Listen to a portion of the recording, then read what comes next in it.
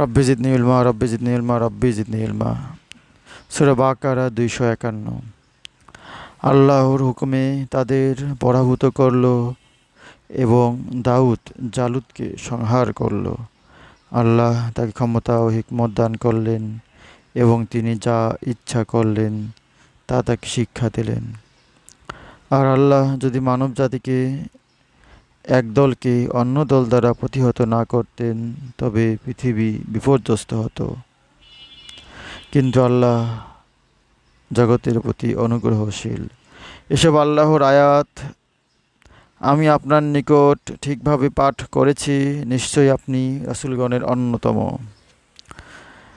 এই রাসূলগণের মধ্যে কাকেও কারো উপর শ্রেষ্ঠত্ব দিয়েছি, তাদের মধ্যে কারো সাথে আল্লাহ কথা বলেছেন আর কাউকে উচ্চ মর্যাদায় উন্নীত করেছেন। মরিয়ম পুত্র ঈসাকে প্রকাশ্য প্রমাণ প্রদান করেছি এবং তাকে পবিত্র আত্মা জিবরাইল দ্বারা শক্তিশালী করেছি। আল্লাহ যদি চাইতেন তাদের নিকট প্রকাশ্য প্রমাণ আসার পরে তারা পারস্পরিক ঝগড়া বিবাদ যুদ্ধ করত না, কিন্তু তাদের মধ্যে মতভেদ ঘটল, ফলে তাদের কিছু লোক বিশ্বাস করলো এবং কিছু লোক অবিশ্বাস করলো। আল্লাহ ইচ্ছা করলে তারা যুদ্ধ বিগ্রহে লিপ্ত হতো না, কিন্তু আল্লাহ যা ইচ্ছা তা করেন। 254। হে বিশ্বাসীগণ, আমরা যা তোমাদের দিয়েছি, এখানে আমরা বুঝতে আল্লাহ পাকে সমগ্র কিছু বোঝানো হয়েছে।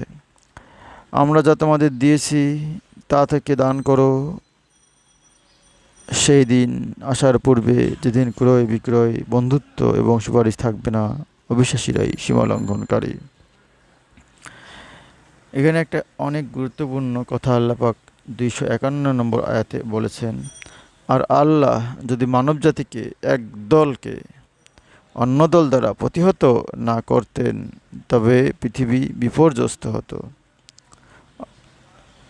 এটার ব্যাখ্যা যারা অনেক অনেক বিজ্ঞ তারা ভালো দিতে পারবেন, কিন্তু আমরা এখানে যতটুকু বুঝতেছি, দুনিয়াতে আল্লাহ পাক দুটি দল সবসময় শক্তিশালী করে রাখবেন, যাতে এক দল খুব বেশি অন্যায় অনাচার অত্যাচার করতে না পারে করতে গেলেও আরেক দল দ্বারা তারা প্রতিহত হবে। বর্তমান দুনিয়ায় আমরা এভাবেই দুটি দল দেখে আসছি। যাই হোক, আল্লাহ পাক আমাদের সবাইকে কোরআন বুঝে পড়ার তৌফিক দান করুক। আমিন। আল্লাহু আকবার।